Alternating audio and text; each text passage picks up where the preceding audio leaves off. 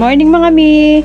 So, kumusta yung ating mga nagdaang linggo? So, dito sa amin, dumaan si Bagyong Pepita and signal number 5 nga. And thankful pa rin ako kay Lord na wala namang na-damage dito sa tindahan. And din naman na masamang nangyayari sa amin. So, anyhow, update tayo dito sa ating sari-sari store. Nakapamalengke na ako. Meron ako ditong 1 box.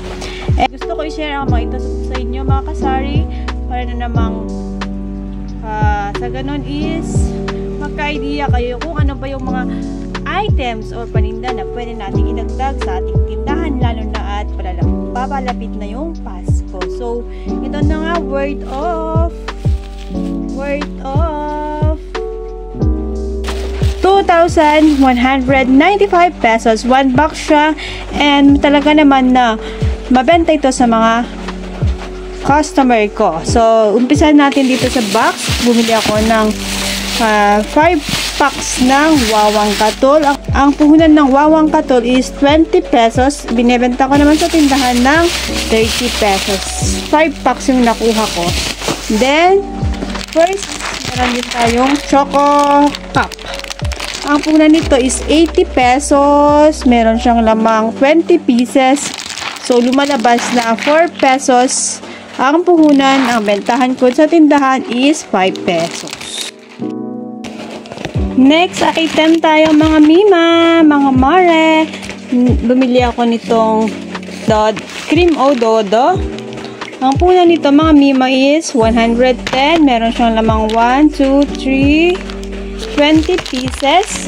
Tandahan natin is 5 pesos. So, kapag nabenta natin lahat to, meron tayong 150 pesos and meron tayong tubo na 40 pesos. Next item tayo mga mima. Ito is ating Yum Yum 140. Lumalabas na 14 pesos yung puhunan. Bentahan ko sa tindahan 17 pesos. So, Yum Yum. Next, bumili rin ako ng incense. 50 pesos yung puhunan. Bentahan ko 1 pack 55 pesos. Then next item tayo mga mi. Itong ating si Coco Chewy. 110 yung puhunan. 30 pieces yung laman. So, magiging 150. Mayroon tayong tubong 40 pesos. Ito rin ang ating pudding chewy. 110 din yung puhunan. 30 pieces yung laman. Pang 5 pesos yung bentahan natin. Next, meron tayo itong crunchy egg. Si crunchy egg, 100 pesos yung puhunan. May lamang 20 pieces.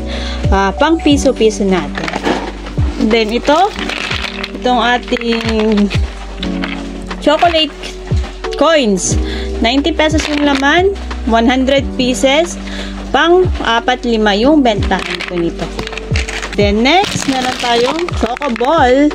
Ito is 100 pieces, 80 pesos yung puhunan. Pang piso-piso natin. Nabiling yema. Yema natin, 50 pesos yung puhunan. May laman to na 60 pesos. 4-5 naman yung bentahan ko. Meron tayong nabiling scotch tape. Si scotch tape natin,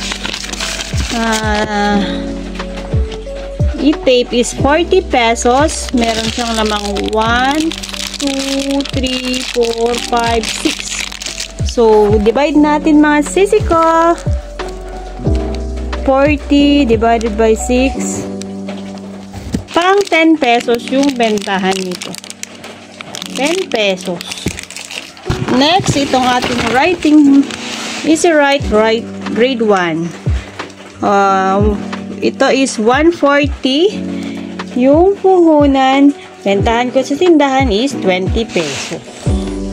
Then next, meron tayong flex stick. 10 pesos naman yung bentahan ko. 2 pack na yung nakuha natin. Then, meron din tayong chocolate spoon. 110 yung puhunan. Pang 5 pesos yung bentahan natin.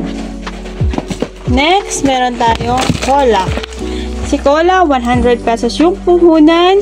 Meron siyang 30 pieces, magiging 150 pag na benta natin. So, medyo malaki yung tubo natin kay cola kasi 100 lang natin siya binili. And meron tayong tubo na 50 pesos. Kuha din ako ng suyod. 2 piraso, magic suyod. 15 yung puhunan. Bentahan ko nito is 20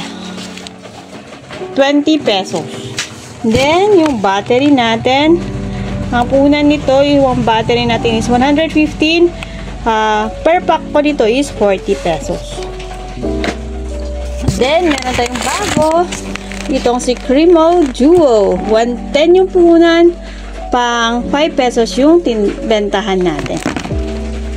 Then, of course, ang ating candle. Si candle natin is pang 7 pesos. Then, hindi rin nawawala yung ating lighter. Si lighter natin is pang 10 pesos yung bentahan natin. So, yan mga sisi ko, mga mare, yung ating mga napamili worth of 2,195 pesos. Dagdag paninda dito sa ating munting tindahan. So, sa mga nawawalan ng pag-asa dyan, mga kasari, go, go, go! Laban-laban lang tayo kasi ito talaga yung buhay ng isang may tindahan. Happy selling everyone! God bless us all!